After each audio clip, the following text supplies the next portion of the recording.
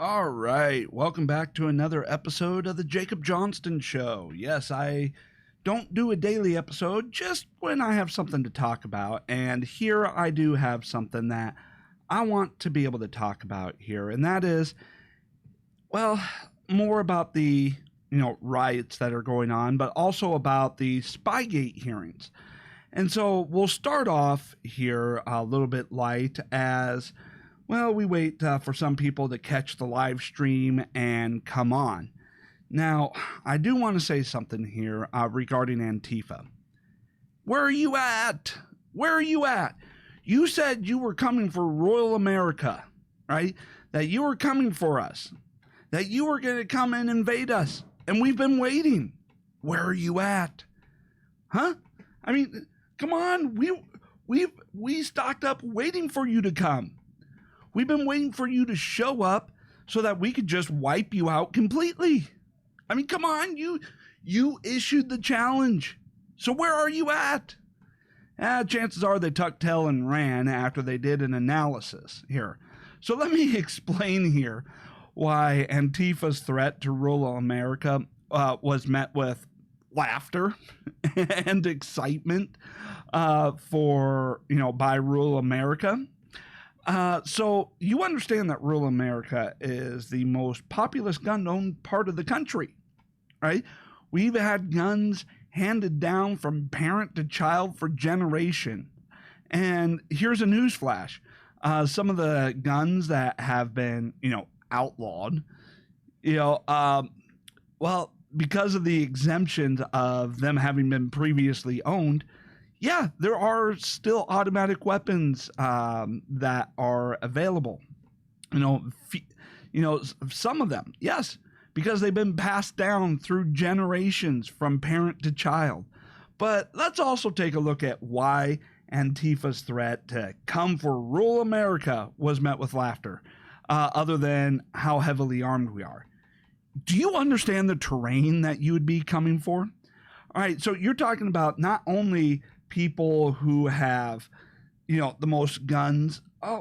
Wait, Nolan Richardson. Hopefully that shows up right. Hey, welcome. Thank you for watching. So let me try and explain a little bit here about why that is, so hilarious. So not only is it just because the amount of guns that rural America has that had them laughing at Antifa's threat, but look at the terrain. You're talking about heavily armed people that will spend an entire day in a tree, right? Dressed in camouflage just because they want to bag a deer for some jerky, right?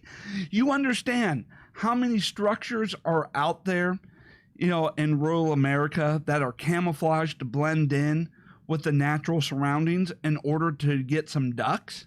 Right? So you're going to go into a heavily armed area with people who have camouflage up in trees and in hidden structures throughout the land, and you're going to come and invade them? You won't even see what happens to you. You won't even see it coming when you get taken out. All right? And this is, part of the amazing thing. And lastly, you understand they would never find you.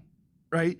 You understand that, Antifa, they would never find you. Why?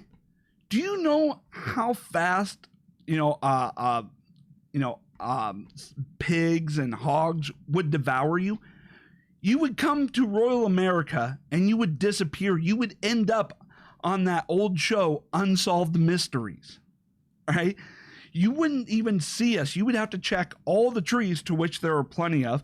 You would have to try and distinguish between structures camouflaged to blend in with the scenery, and we have an efficient way to dispose of you if you were to come for us. So, Royal America was laughing at you, saying, try it.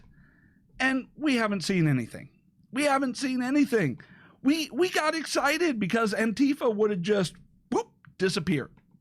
And disappeared without a trace. So it's like, come on. You're trying to, we're tough. And, issuing a threat, and then you're a no-show.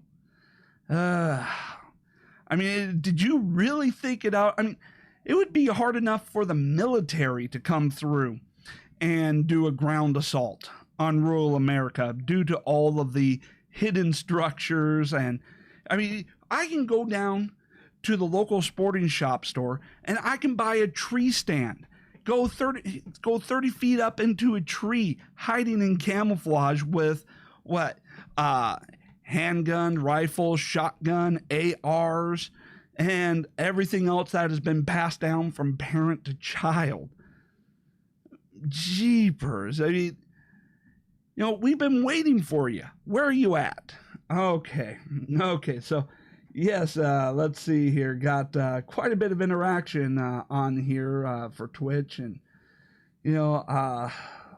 see here, Antifa is just fat, blue-haired snowflakes. Yeah, they like to talk tough. And by the way, Antifa, you're dressed from head to toe. We wouldn't even bother to check what your skin color is. You come for us threatening our family, our property, we would shoot first to defend ourselves. And we wouldn't even bother checking the skin color underneath the clothing. You just threatened us. So, yeah, we'll put you down, if you actually tried. Okay.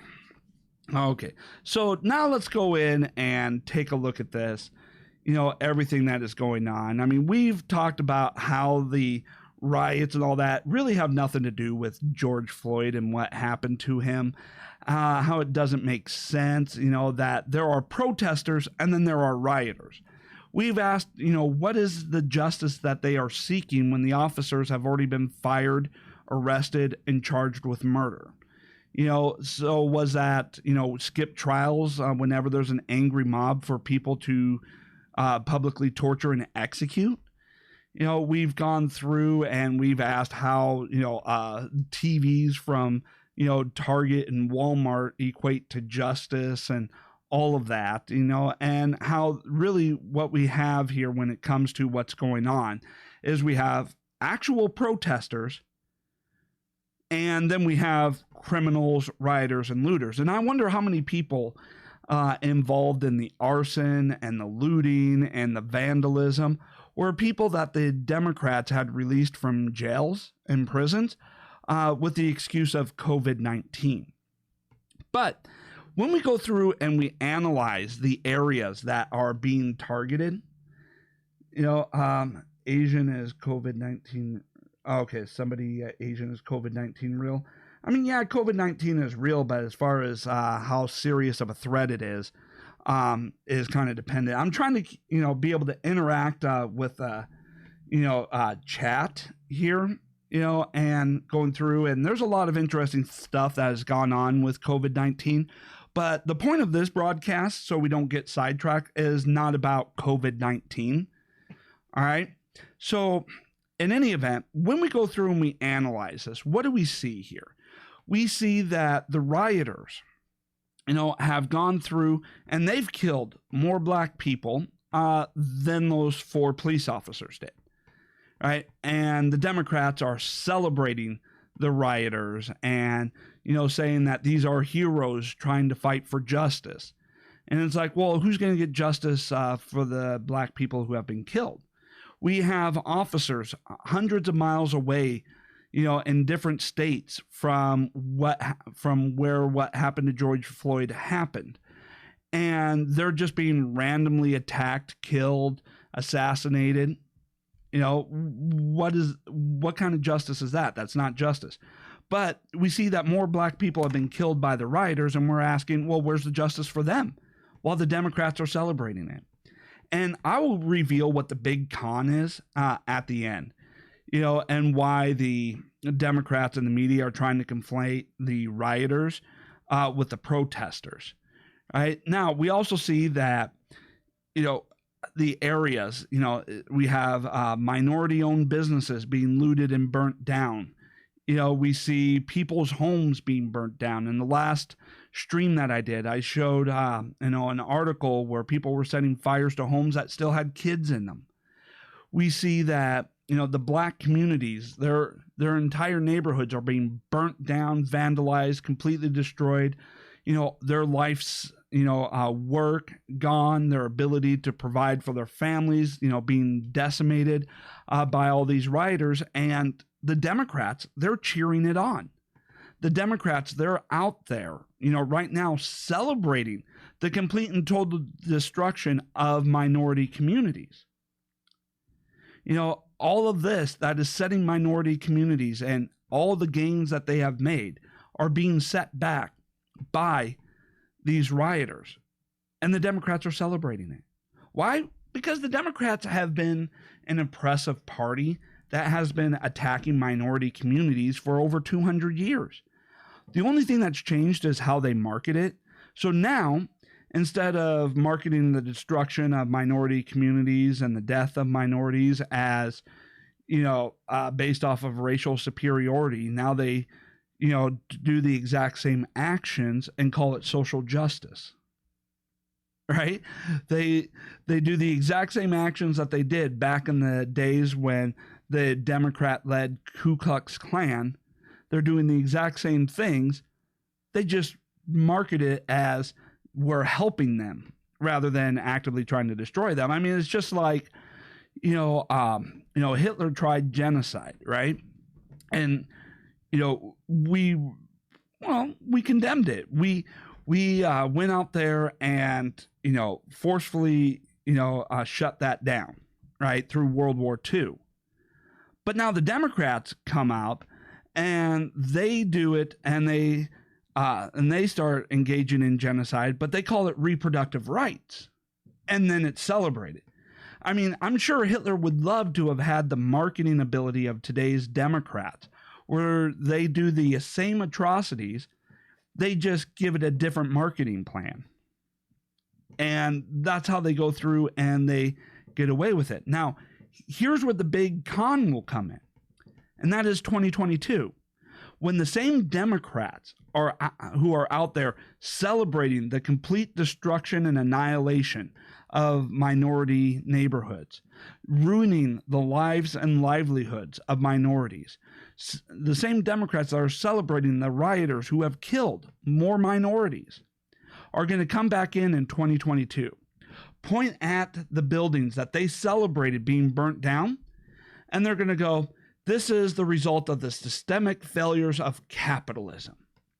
This is the result of oppression, of your tax dollars not going to affluent, neighborhoods and the system of oppression and neglecting you. So they get to be celebrated or cheered as standing up for minorities, burning down minority neighborhoods, and then they get to come back in the next election cycle and claim that the neighborhoods they burnt down is the result of capitalism and an unfair system that neglects them. Right? And that's part of the con. And what's going to happen is a lot of people in those neighborhoods are just going to go along with that. One, because they don't want to admit to themselves what they allowed to happen in their neighborhoods, but also because they'll be too afraid to speak up, because they know that there's a lot of people around them that are trained to violently attack and assault anybody who dare speaks up and points out any actual facts or information. We've seen this where if minorities stand up and go, no, this is wrong, what the Democrats have done is wrong, then everybody in the media, all the limousine Democrats and all of the, Antifa thugs come out and declare, well, you're not black enough. You're not Hispanic enough. You don't count. And then we'll viciously attack them, which, by the way, isn't it interesting that the left always comes up with paramilitary organizations, whether it was the KKK or now Antifa? Their whole issue here is that they just use violence for everything, which is the very definition of terrorism. Yes, Antifa is a terrorist organization. The KKK is a terrorist organization. By definition, the use of violence for political motivations is the definition of terrorism. All right, let's see here. What do you think about agent provocateurs. Could you please clarify that question? What do you mean by agent provocateurs? Agents of what? All right. If you could please clarify that, that would be nice and interesting. So yes, what we have witnessed here is the destruction, and I showed these pictures on the last stream, but I think it's worth bringing it up. So we got vehicles on fire. We have an Arby's on fire.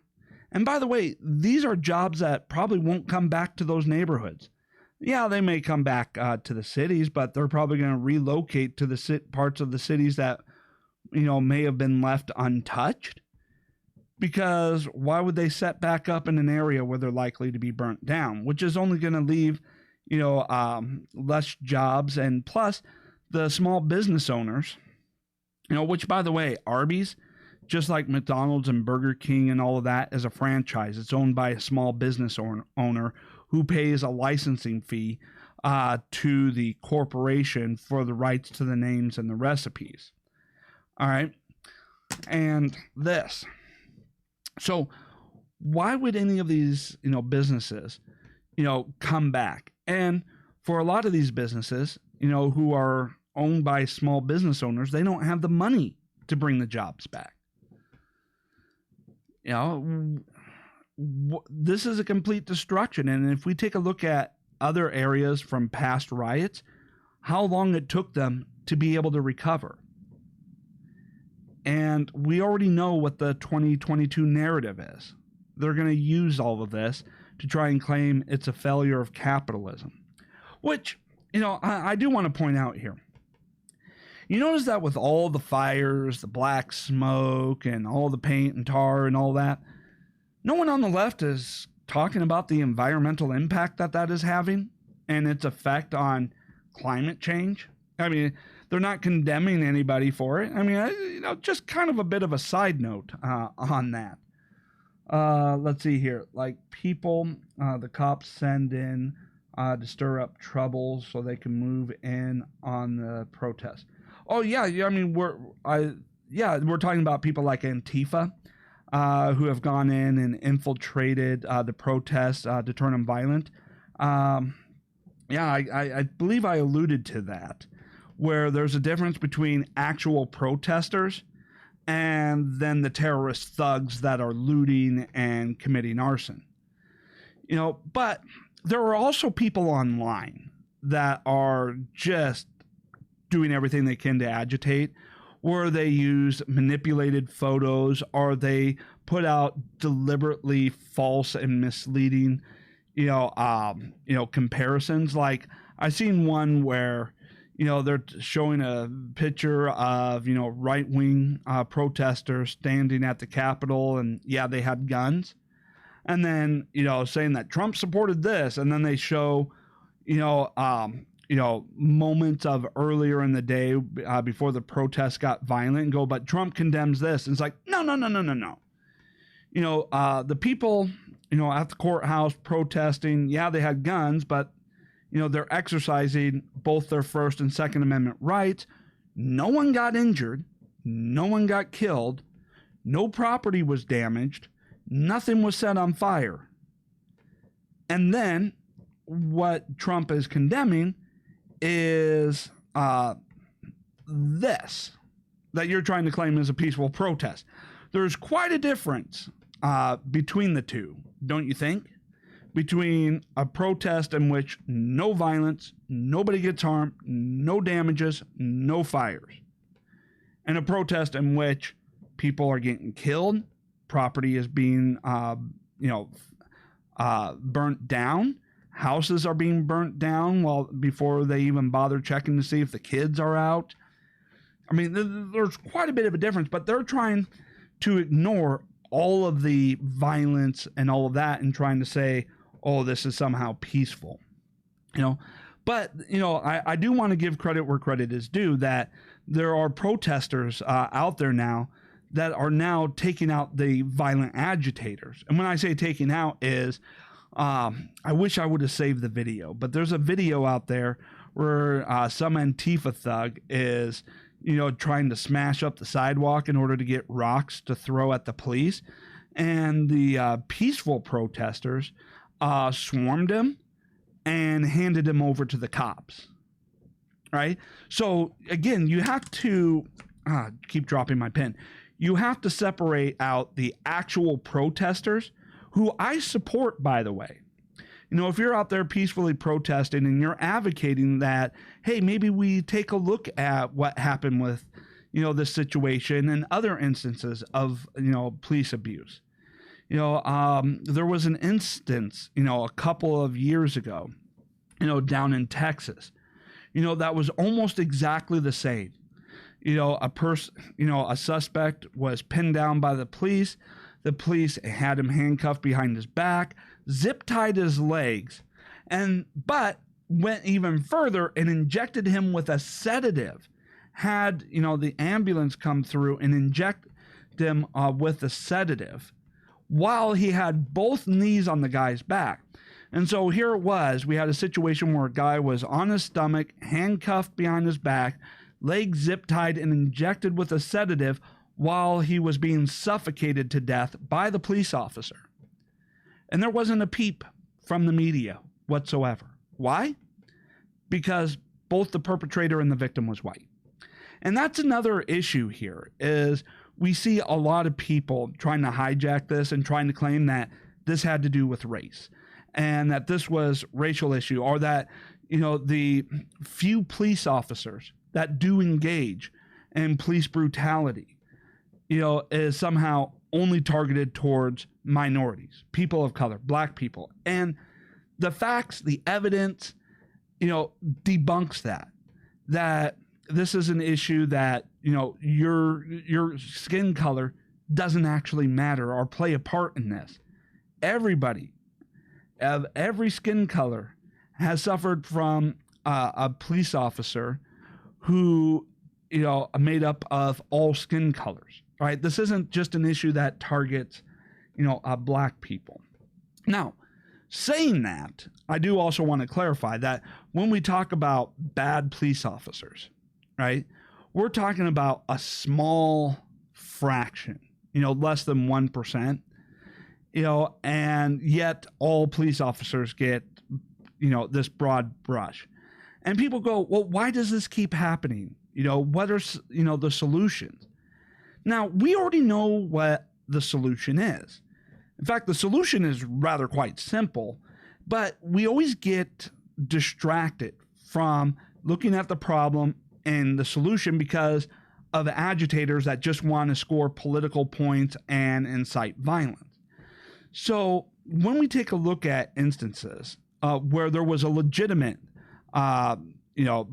police brutality, not a lot of the fake instances that the media has come up with, like Trayvon Martin and Michael Brown, in which the facts completely debunk their narrative of, police brutality, or, or that the, suspect was innocent, excuse me, but if a police officer has a fractured eye socket, chances are, that wasn't exactly peaceful surrendering.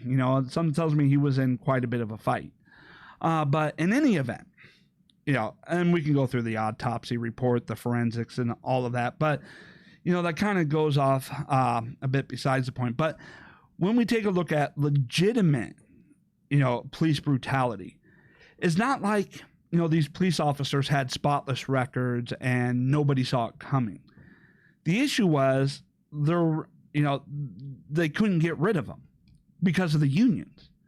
And this is one of those things where we recognize why unions are bad, because they make it impossible to get rid of bad people, whether that's bad employees in the private sector or in public sector, or, bad police officers.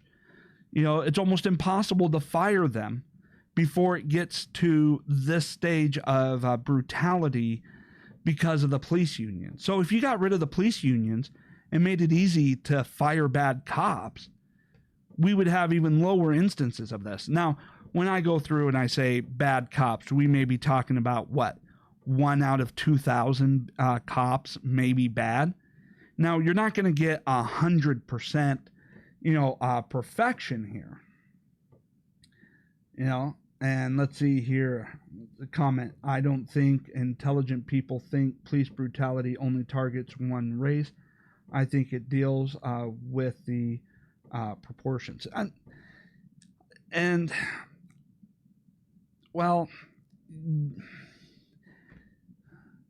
yes and no. I mean, I think there's a lot of people on the left that actually do believe that it has to do with race, and that's because they're in a cycle of fake news where they only get to see police brutality when it's white cop, black suspect, right? And all of the other scenarios of all the other colors of cops and all the other colors of victims are hidden from them, blocked, and so they just don't know, that it is just multiracial because information is hidden and restricted. And this is also why, online censorship is so damning, so bad, is because people are only getting a fraction of what's actually happening. And that fraction is to promote a narrative that isn't actually true. And so when we go through and we take a look at this, maybe 1 out of every 2,000 cops ends up bad, right? We're not going to get perfection. People are flawed. People, will make mistakes, bad judgment calls, have bad day, have something go on psychologically or, something, and maybe, these are police officers who have, lived in areas and were police officers during past riots when they saw their neighborhoods, become virtual war zones, which also gets into the whole, whether it's online, whether it's outside agitators or really members of the community. I mean, think about this, being a police officer in a community capable of this. Who knows what goes on in their day. So, none of that is to try and make a justification, for what happened to George Floyd, because there is no justification. What I'm saying is that because of this, you're not going to get 100%, every officer is, flawlessly good people. They may start off as, really good people with good intentions, and then over time the job wears them down, and then they become bad cops. I mean, there's a whole lot of things that go on there, and so anything made up of human, you're not going to get 100% perfection, no bad person anywhere within the organization. And to try and paint broadly all the other police officers who now are seeing that cops, across the country are being stabbed, shot, assassinated for something that they had no involvement with. So what is that going to do? That's going to, take more police officers, who will have a heightened, sense of fear policing communities that right now look like active war zones too. It's just a complete cycle here. And some people trying to compare police officers to customer service reps, like, oh yes, being a police officer face to face with a criminal violently assaulting you, who may or may not be armed, as anywhere related to being a customer service rep on a phone a couple 100 miles away from the angry person. Really? Think about that. And so, you get the cycle, but if we could get rid of police unions, then it would make it easier to get rid of cops when they show signs that they are going bad and, starting to, be problems. Right? Now we could take a look at other, reforms. I mean, it's always a good idea to debate ideas on how to improve something.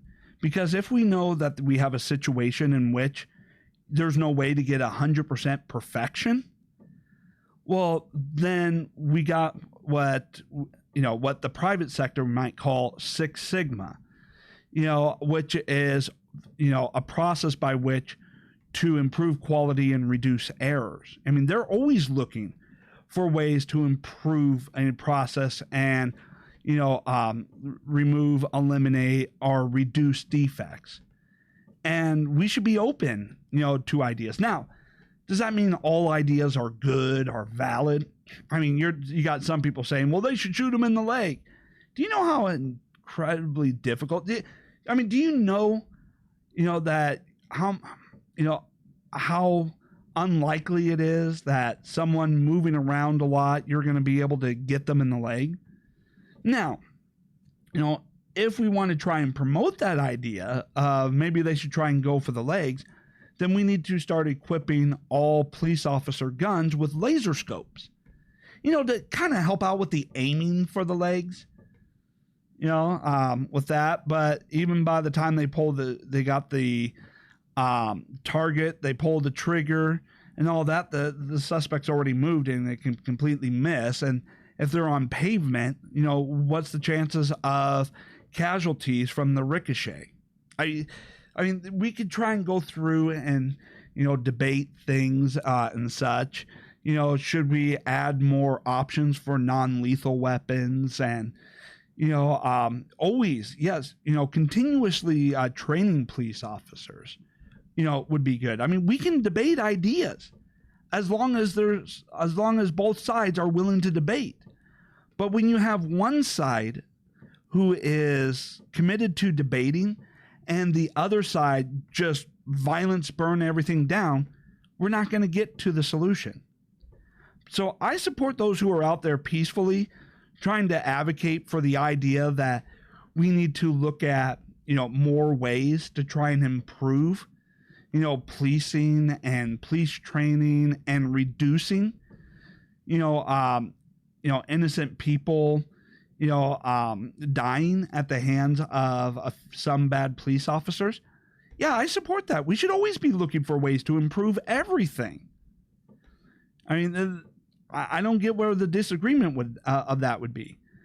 But I completely disagree with the anarchists, and I hope, that a lot of you would be able to, agree, with these sentiments. I mean, if you don't, let me know. All right, so let me go ahead and check some of the comments here.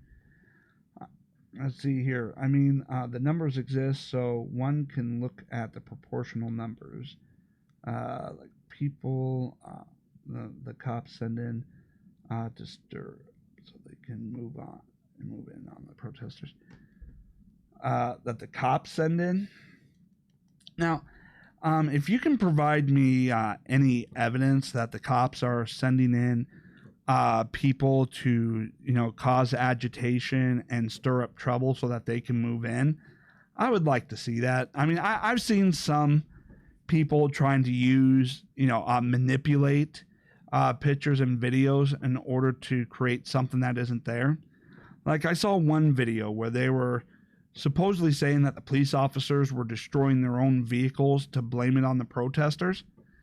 Now, of course, they didn't show, the vehicle when it was first being damaged, but an analysis of that video actually revealed a different story than the cops destroying their own vehicles. What we saw was a damaged, police cruiser. And we know that because of the violence, the arson, and all of that going in the area, it's not like they could call in a tow truck to tow away the vehicle. And so what it looked like the officers were doing was trying to, take a windshield that was badly damaged, and you could not, see through in order to drive the police cruiser out of there. It looked like what they were trying to do was remove the, cracked and fractured glass. enough that they would be, so that they could see and drive the cruiser out of there, because no tow truck was going to come for it. And they can't leave a squad car, abandoned with a bunch of looters. Who knows what was all in that vehicle? And there was no other vehicle to come around for them to take out all the police equipment, spare guns, ammos, and load it up and drive off. So, you got to be careful, because there are a lot of people out there who are trying to spread, manipulated images, false narratives of images and videos and all of that. So I would need to see verified proof that police officers are sending in undercovers to stir up agitation.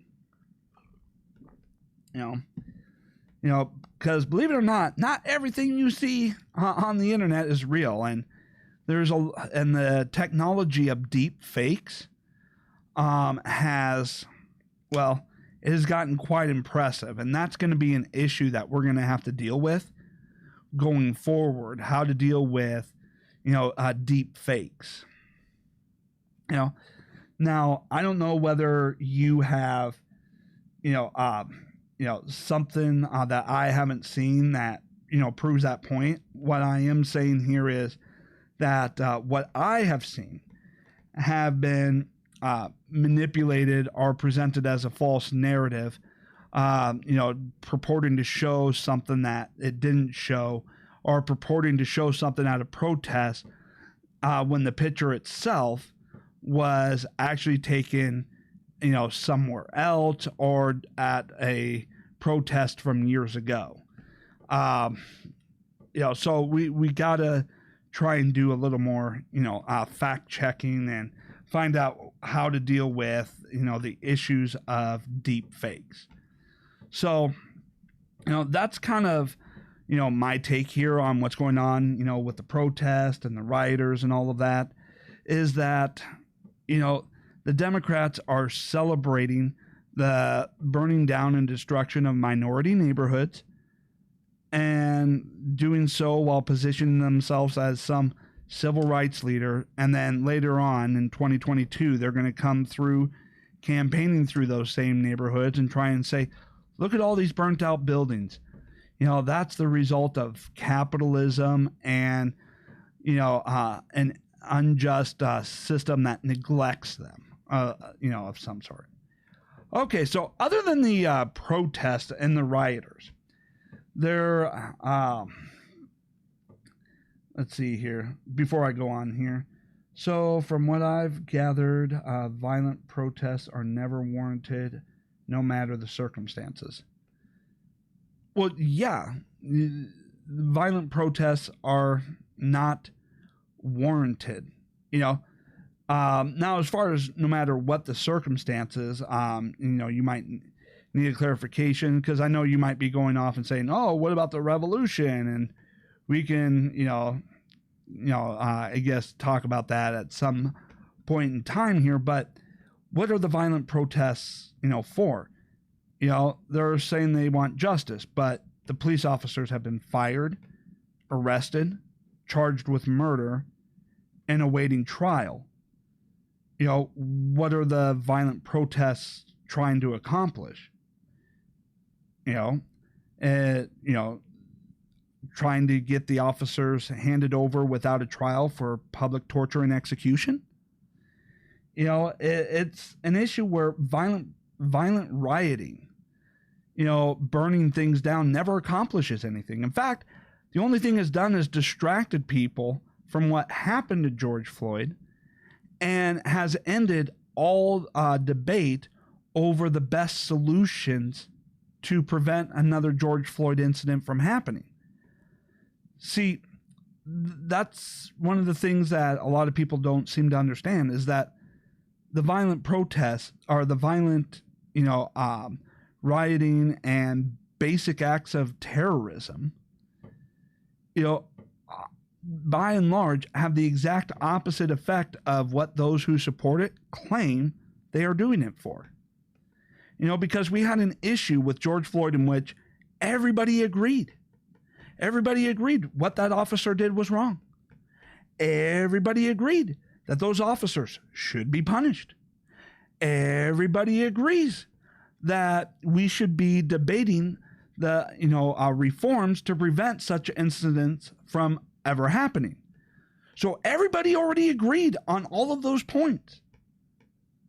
And then the violent rioters came along, right?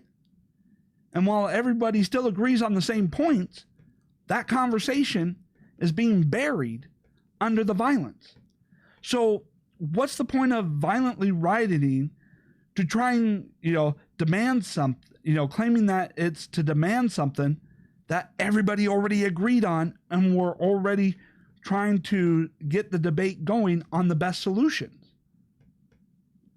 So, yeah, you don't need to violently riot to get people to come to the table on something they already agree on. You kind of get the picture there. You kind of get the point of that. Well, no, I mean, we want to say isolated event. No, this isn't an isolated event. This is something that has happened from time to time. Not nearly as often as what the media tries to report.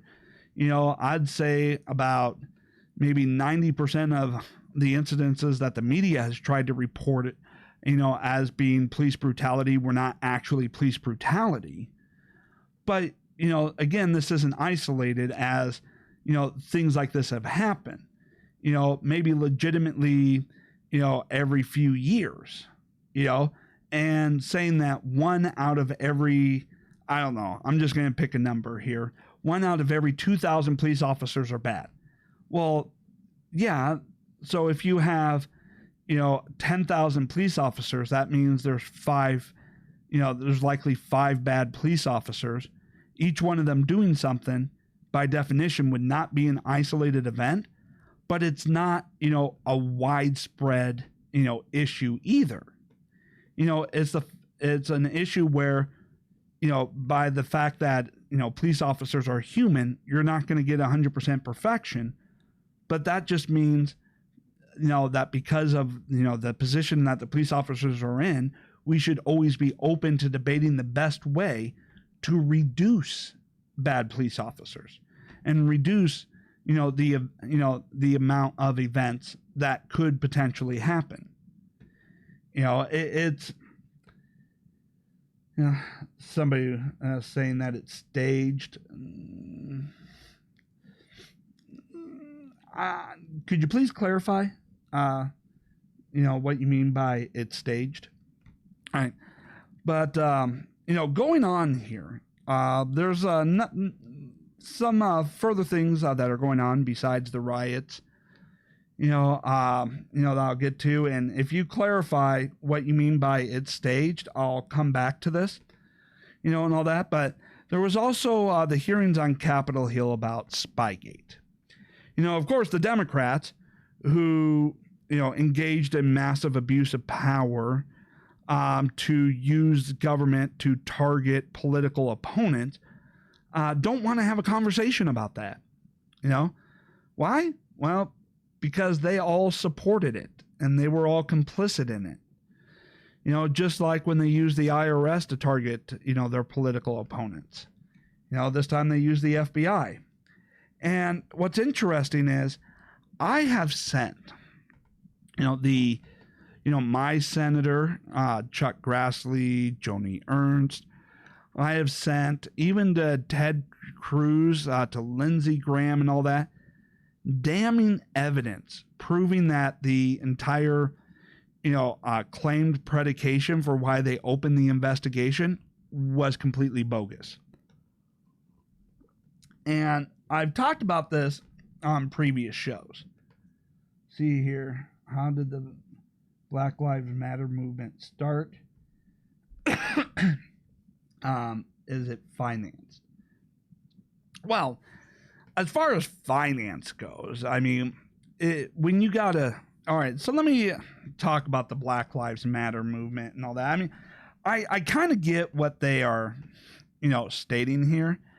But the name Black Lives Matter, versus All Lives Matter. And let me try and explain, the issue I have with the name, right? Not necessarily, the, stated intentions. Is that when you predicate, what lives matter by skin color or gender or whatever, you're continuing the left's, system of, oppression and tyranny. Because the left's system of oppression and tyranny is ranking or listing in order of whose lives matter in comparison to who matters more, who matters less.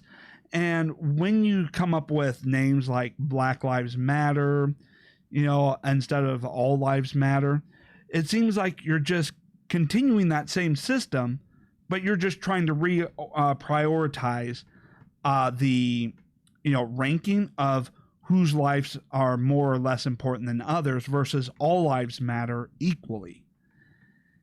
So I mean, maybe I'm just nitpicking on the name there, just a little bit, but the whole Black Lives Matter versus All Lives Matter stuff. And as far as the Black Lives Matter, it becomes kind of a mix mash. Some chapters, not bad. Other chapters, very, very bad. I mean, it's one of those things where they have, an umbrella name, but they are kind of disparate organizations spread throughout. And as far as financed, I mean, if they're like a 501c3, organization, or their chapter filed for 501c3 status, it makes them a nonprofit organization for which people can donate money to. And if they do, then they get a tax break like any other 501c3 organization, And so, you got to kind of take in there. I mean, the part about saying that, hey, we disagree with police brutality, I agree with that. The part where they go off and try to act like it only happens to black people, I think they're falling into a narrative that they haven't researched very well. They're just being fed a narrative. And so I kind of have a mixed baggage or mixed feelings about Black Lives Matter. And so, it's one of those things where you got to look at the actions of, each specific chapter, which I get it. It gets kind of hard to do. All right. But in any event, getting back to the Spygate, all right. Someone going, sorry for not moving on to the next topic with you. So I want to pull this up here, getting back to the Spygate conversation. As I stated, there is damning evidence, and that I have been able to uncover that proves that the predication for opening the investigation was completely bogus. And I've sent that to my senators. I've sent that, to Ted Cruz, Lindsey Graham, and all of that. And none of them ever, go off and talk about it. And we know that the spying on the Trump campaign and all of that was completely bogus. All right. We know there was abuse of power, and the Democrats are desperate to avoid everything coming to light about what they did. And all of the declassifications that have happened, proving that this was a targeted witch hunt with no predication, a complete and total abuse of power, has been devastating. And it's nothing new for the Democrats, to abuse power to target political opponents. And this was brought up, as an issue again during the, judiciary hearings yesterday with Rod Rosenstein, in which, this is an issue that I have where he signed the documentations. He signed, a lot of things, the approval for a lot of things that were happening. And then he tries to go off and, state, well, he wasn't aware of this, he wasn't aware of that. It's like it's either he's, lying, or he didn't actually bother asking a single question before signing off anything. He's just like, well, they said this, so I just took them at their word. What kind of check and balance is that? Let's see here. Let me bring this up because I know someone's going to ask, well, can you show me, your evidence or proof? Let's see here.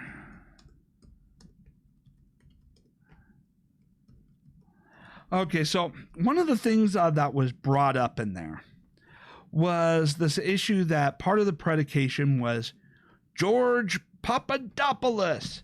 That George Papadopoulos went overseas and he talked about how Russia had Clinton's emails and would use it to damage her during the during the election, and that because of this, it seemed like he had advanced inside information. Okay, so let's go through and debunk this this as predication. So how do I want to say this? So there's been a little bit of back and forth about the so-called witness, Alexander Downer, and whether or not he mentioned emails, not mentioned emails. You know what? It doesn't matter. And yes, we got, it turns out there's a lot of audio recordings, proving the exact opposite. But in any event, him talking about, let's say it was true that he was overseas, he was talking about, Russia had Clinton's emails and would use it to embarrass her or undermine her candidacy as president. Even if he did say that, it doesn't matter. Why? Because that trip was in April of 2016. Why does that matter? Because it was already public. It was already what everybody was saying publicly.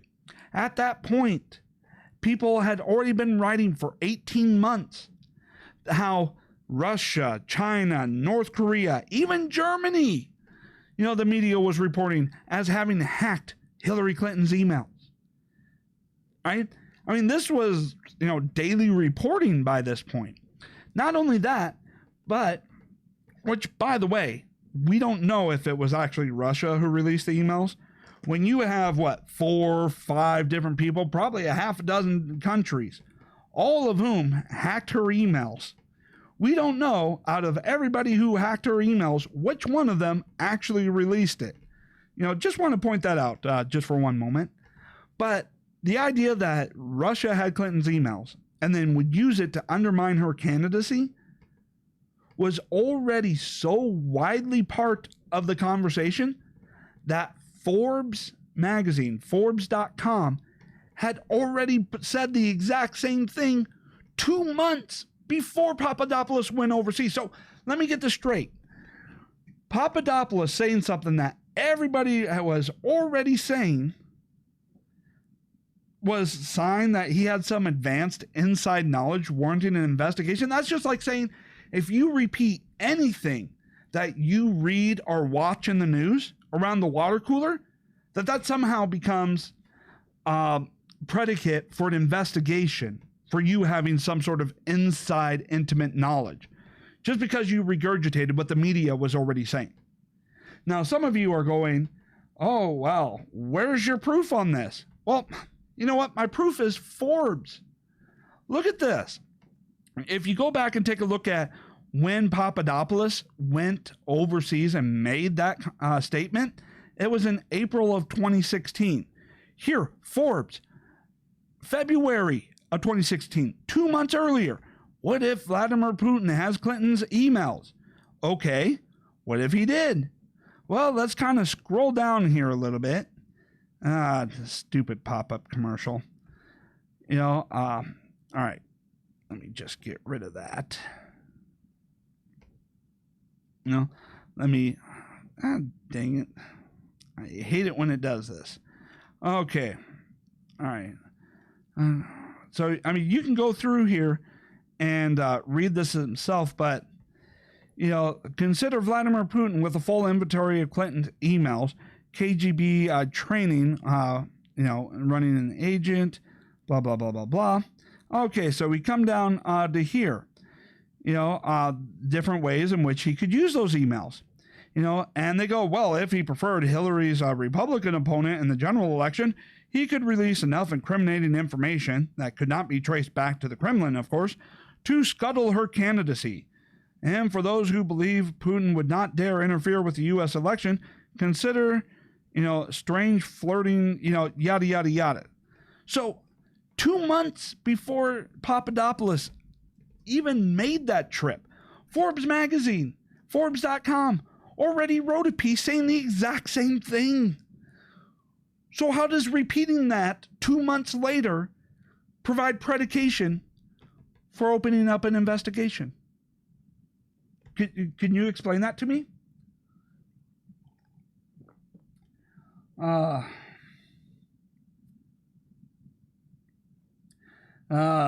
Let's see here. America is making enemies everywhere. That's well, I mean, a lot of people, there's a lot of other countries that are jealous, and as far as enemies, the fact that we don't, I mean, we could kind of debate enemies versus rivals versus and all of that, but the fact that that this article said something that Papadopoulos repeated months later provides predication for the FBI to open up an investigation into Trump, under the Obama administration, who, it was just, they just made up a bunch of BS in order to try and justify using the government to spy on political opponents and target them.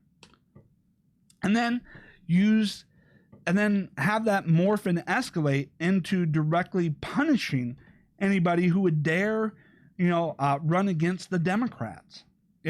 We've seen what happened with General Flynn, all of the corruption and abuse of power there, and how, and how what they presented before the courts was a farce, a lie. At this point, the Democrats have lied so often, in the course of the whole, Russia collusion, that they even went through and falsified evidence and manufactured fake evidence in order to justify their narrative and spying and, attempts at criminally prosecuting people for the crime of opposing the Democrats in the election. China, North Korea, not potential enemies for war. China, as far as war, that's more of an economic rival than it is, for, war or military. North Korea,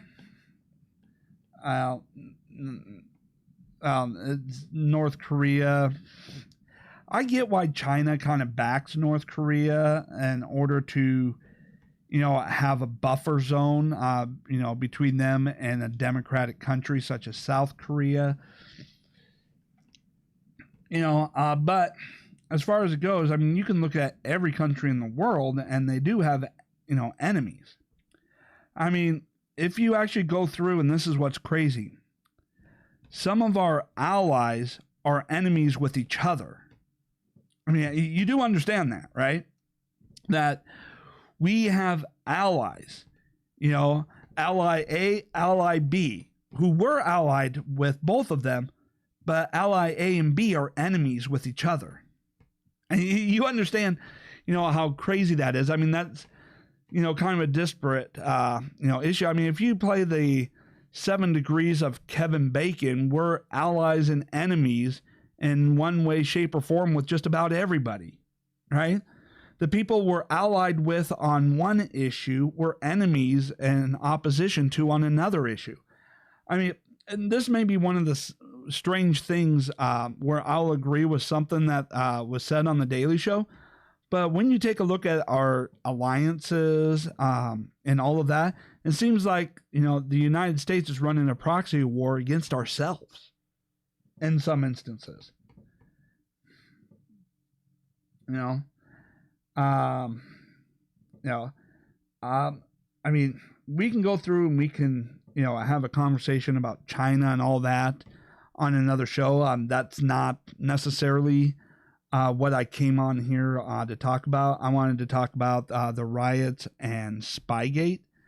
And I know I've, in answering questions and all that, I've gone a little bit off of, a topic here, and we can go through and, have these conversations. It's just not conversations I'd come up, into this show with. All right. But when we go through and we take a look at, what had happened, I mean, it's with Spygate. We've already proven that the predication for opening the investigation was bogus, that the information that the Democrats used, and the Steele dossier came from Russian disinformation specialists. So they were using Russian disinformation in order to justify investigating Trump for somehow colluding with the Russians that they never found any evidence for. So when it comes down to it, not only were the Democrats abusing power and using government to target political opponents, but all the evidence actually shows that it was the Democrats who were, whether knowingly or as useful idiots, colluding with the Russians to undermine the election. That's the irony of it all, is that the Democrats consistently become the ones who are guilty of the very crimes and actions that they try to accuse their Republican opponents of. And the media, who pushed a false narrative without evidence for years, is suddenly disinterested when evidence of such actions do come to light, but turns out to be the opposite political party who did it. Turned out to be the Democrats. All of a sudden, the Democrats or the media have zero interest in it. No. We don't care what the evidence actually said, because now it's against the Democrat.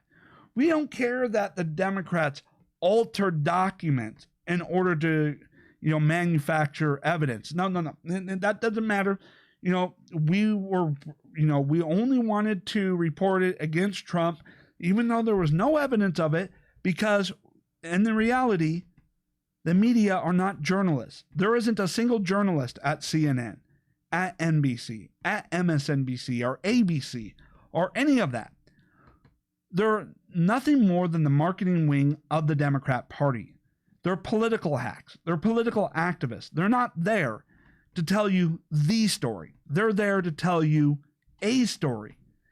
Just like fictional writers. I mean, you wouldn't, read a Harry Potter book and think it was a historical record, would you?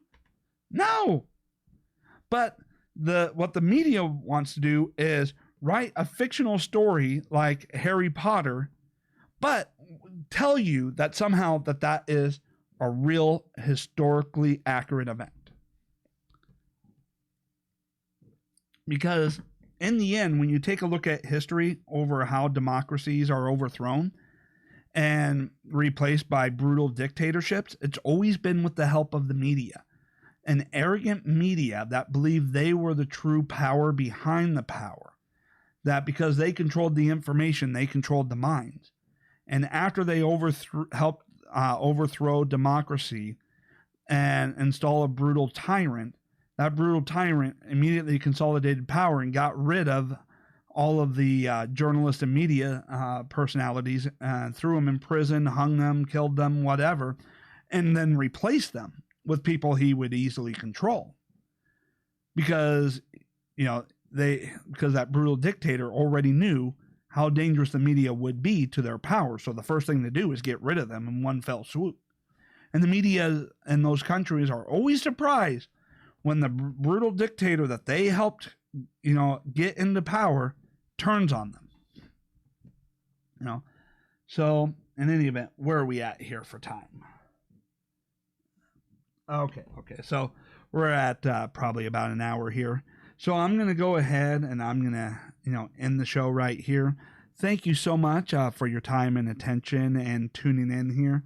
I'm enjoying the chat here. I've really been enjoying, Restream.io's plugin for OBS and how it consolidates the chats from Periscope, Twitch, YouTube, and the likes, and consolidates that all into one chat stream for me to be able to see. Really like that. All right. Thank you so much for tuning in, and I will be back again soon.